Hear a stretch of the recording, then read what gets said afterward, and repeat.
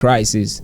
So on March 28, 2025, a group of travelers heading north for Salah celebration were stopped by a local vigilante in Uromi, Edo State. Reports suggest that guns were found in the truck they were traveling in, leading to the accusation of kidnapping and criminal activities. In a swift and brutal reaction, an angry mob took the law into their own hands, dragging the individuals from the vehicles, beating them, and setting them ablaze. Videos of the incident went viral on social media, sparked nationwide outrage. While some citizens condemned the act of jungle justice, others questioned why individuals were transporting weapons across state lines. This divide in public opinions highlights the broader issues of trust in law enforcement and the fear of criminals often going unpunished in Nigeria. Jungle justice is not new in Nigeria. Mobs have often taken justice in their own hands due to the lack of confidence in the legal system. Many Nigerians believe that handing suspects over to the police often leads to their release without consequences, especially when those involved have political or financial influence. This event in Uromi is a reminiscence of past cases such as the infamous Alu 4 incident in 2012 where 4 students were lynched on false allegation of theft.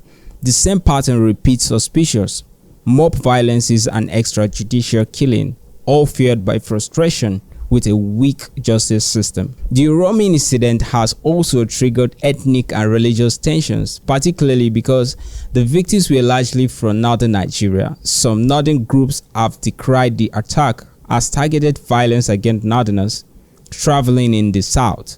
This has led to protests and heightened fear of retaliation, further deepening the divide between different ethnic groups. Nigeria has a long history of ethnic and religious conflict, with frequent clashes between different communities over land, politics, and security. This latest incident, if not properly addressed, could further stoke divisions and lead to reprisals in other parts of the country. Also, government and security response is too little, too late.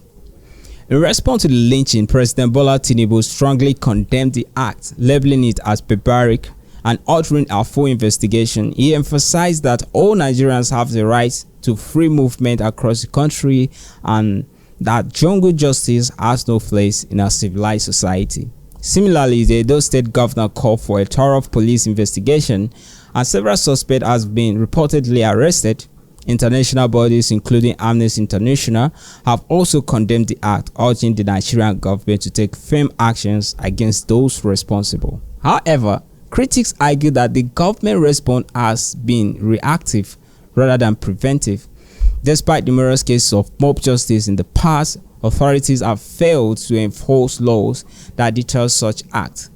If swift and decisive action is not taken, similar incidents will occur, eroding the rule of law. So, what is the bigger picture? This tragedy points to a broader security crisis in Nigeria. The discovery of firearms among travelers raises serious questions about armed profiling and the ease with which weapons move across the country. It also underscores the inability of security agencies to effectively police highways and borders. The fear of crimes has made many communities resort to self-help justice, as seen in the rise of vigilante group. While these groups sometimes fill gaps left by the police, they often operate outside the law, leading to extrajudicial killings and abuses. So what needs to be done? First, reforming the justice system. The government must restore public trust in law enforcement by ensuring that criminals face justice without favoritism. Judicial reform should focus on expediting cases and eliminating corruptions in the system. Strengthening law enforcement. The police must be adequately trained and equipped to handle security issues professionally. Community policing should be enhanced to bridge the gap between citizen and law enforcement. The dangers of jungle justice must be widely publicized. Educational campaigns should emphasize that only the courts have the right to determine guilt and punishment. Fourth, addressing ethnic and religious tensions. Government and traditional leaders must work towards national unity by discouraging divisive narratives and promoting peaceful coexistence. In conclusion, the Uromi Mob lynching is a tragic reminder of Nigeria's deep-rooted security challenges. judicial weakness, and ethnic divisions. While the government's condemnation is a step in the right direction, it must be followed by concrete actions to prevent future occurrences. Until Nigerians can trust in their institutions to deliver justice, the cycle of violence and retaliation will persist, further threatening national stability. Thank you for staying through to the end of this particular episode on Let's Talk Politics on Nigerian News.